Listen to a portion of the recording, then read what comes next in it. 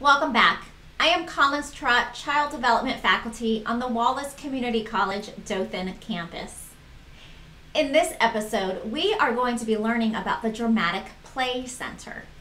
This episode describes how a well set up dramatic play center can promote a child's development in many domains, including social, emotional, cognitive, language, and creativity.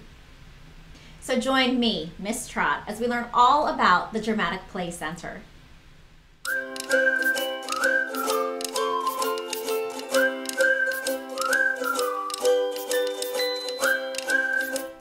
Dramatic play is one of the most complex kinds of play that young children engage in, and perhaps the most important. In dramatic play, or sociodramatic play as it is sometimes called, young children use pretend roles for themselves to investigate their worlds. They engage in make-believe, creating pretend roles for themselves, pretend places for their roles to be enacted, and pretend situations to respond to. All are done spontaneously without an adult's direction and without an audience. Dramatic play among young children is very important because it's such a brief phenomenon, coming to a peak at around ages 4, 5, and 6 and fading away after age 7. It is not an escape from reality for young children, and yes, it is healthy for young children to pretend to be someone else. Pretending for young children before the age of 7 is a necessary prelude to the life of reality that they will be leading. Imagining and pretending are creative tools all children are endowed with in order to investigate the world around them. Through pretending to be someone else, they find out what it is like to be themselves. Through pretending to be somewhere else, they find out what it is like to be where they are. Children who are able to engage in dramatic play with others learn to be cooperative and flexible. They soon realize that in order to keep the play flowing smoothly, they may need to compromise, take an alternative approach, accept someone else's ideas, or accede to another child's wishes. For young children who are often used to having their own way, the joy of the play itself seems to make most sacrifices worthwhile. Dramatic play allows children to be whomever they choose. Boys and girls can be bosses, drive a car, soar through the air, come in late, eat what they want, and command other people, as long as they can negotiate these roles with the other players. Thus, for young children who are obviously controlled by adults in their real lives, dramatic play offers a powerful outlet for their feelings of helplessness in the adult world around them. Teachers of young children should accept any role that young children want to try, so long as it is not one of violence or harm to anyone. Because they play around with new ideas and novel solutions to problems, children who engage in such pretending are able to develop abstract thinking, creativity, flexibility, the ability to communicate, and the ability to get along better with their peers. Of course, not every child takes easily to dramatic play, but children who engage in highly elaborate kinds of imaginative play seem to reflect higher levels of development. There is evidence that high fantasy disposition in children is linked to creativity. Dramatic play activities can be used to promote social, emotional, cognitive, language, and creative development. This area of the classroom is somewhat different from the other activity areas.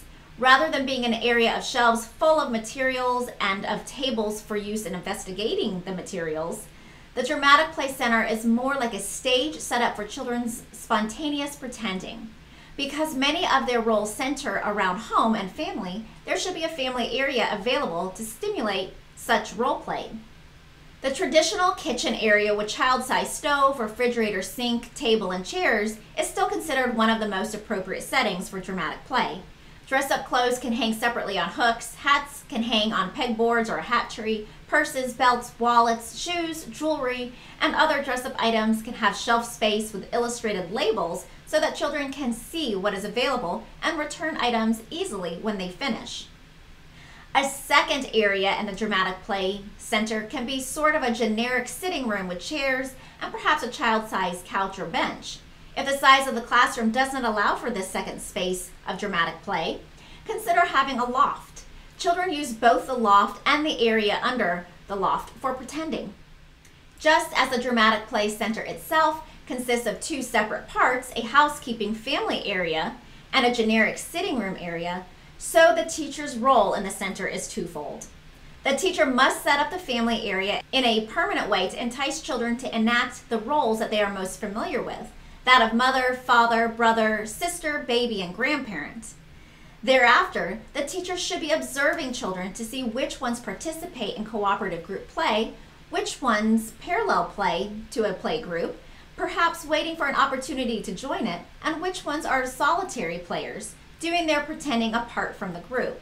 In addition, the teacher will be assessing the levels of interaction the children demonstrate by observing them.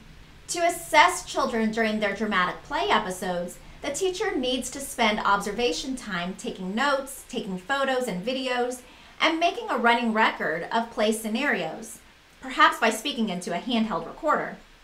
If children's pretending involves physical objects, then we can apply the 3M formula of manipulation, mastery, and meaning. Sometimes dramatic play disintegrates or gets out of hand. If children seem to be unable to solve problems themselves, but have been given enough time to try, teachers then have a third role to play, that of facilitator. Facilitators redirect the play, extend the play, take roles in the play themselves, and stop the play and talk with the children. Now, let's review what we've learned. In dramatic play, children engage in make-believe, creating pretend roles for themselves, pretend places for their roles to be enacted, and pretend situations to respond to.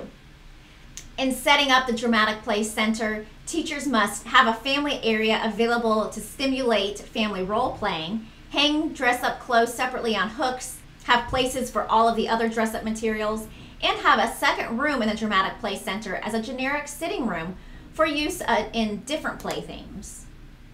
The teacher takes on the roles of setting up the center, observing children, and facilitating play.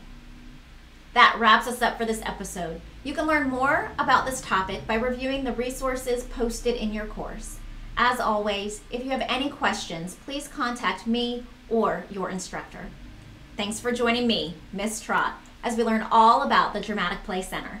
See you next time.